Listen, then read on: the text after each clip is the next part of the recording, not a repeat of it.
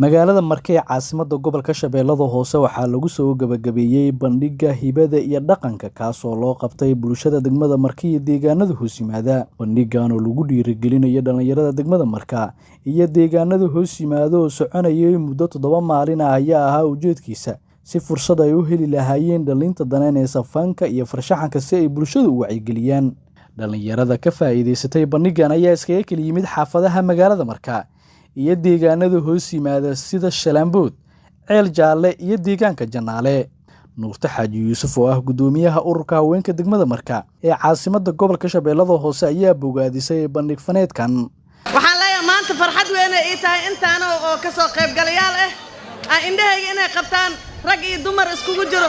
waxaan ugu mahad celinayaa inta ka soo qayb gashay baraarujinta sameysay aad iyo aad ay u mahadsan yihiin. Gudoomiyaha deegaanka Janaale Cabdiraxmaan Yuusuf Al-Cadaala ayaa la dardaarmay dhalinyaradii ka soo qayb gashay bandhig faneedkan isagoo ku bogaadiyay inay si laba jibaaraan bandhigyada noocan oo kale ah. tartanka waa soconayaa abaalmarino fara badan aad jiri doonaan insha Allah la gadoonsin doono dadkan wax la u talgaleen wax waa magaalada inay fanaaniin yeelato fanku waxa lagu dumi karaa dawlad waxa lagu dhis karaa dawlad waxaan rabnaa dadka in la wacyigeliyo dadka in loo sheego suugaanta wanaagsan dadka in loo lagu hanuuniyo lagu madadaaliyo fanki iyo suugaantan rabnaa magaalada waa ogtihiin waxay aad jirtay magaaladii fanka.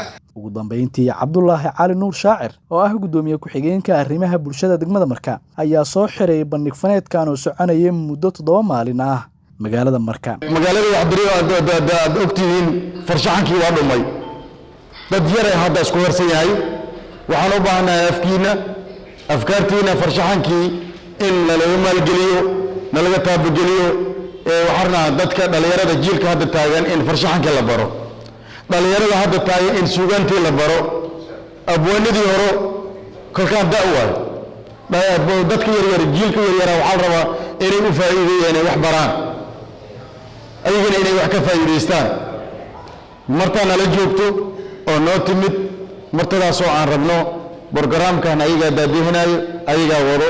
magaalada Marka ayaa maalmihii dambe waxay sameeynaysay horumar kala duwan oo dhanka ganacsiga iyo ammaanka ah waxaana inta badan magaaladaasi haatan ka socda mashaariic kala duwan. Yunus Dulaan Cali, warbaahinta qaranka, Muqdisho.